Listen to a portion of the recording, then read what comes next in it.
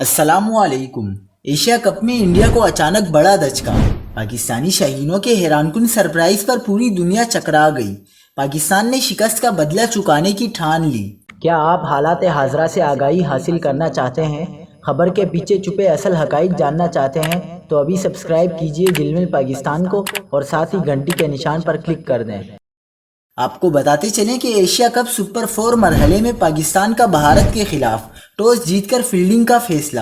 Dubai international cricket stadium میں کھیلے جا رہے میچ میں پاکستان کے کپتان بابر اعظم نے ٹاس جیت کر بھارت کو پہلے بیٹنگ کی دعوت دے دی۔ اگر انڈیا کی ٹیم بھی ٹاس جیت لیتی تو پاکستان کو پہلے بیٹنگ کی دعوت دیتی۔ ماہرین کرکٹ نے کہا ہے کہ پاکستانی ٹیم نے ٹاس جیت کر پہلے فیلڈنگ کا فیصلہ کر کے فتح کی بنیاد رکھ دی ہے۔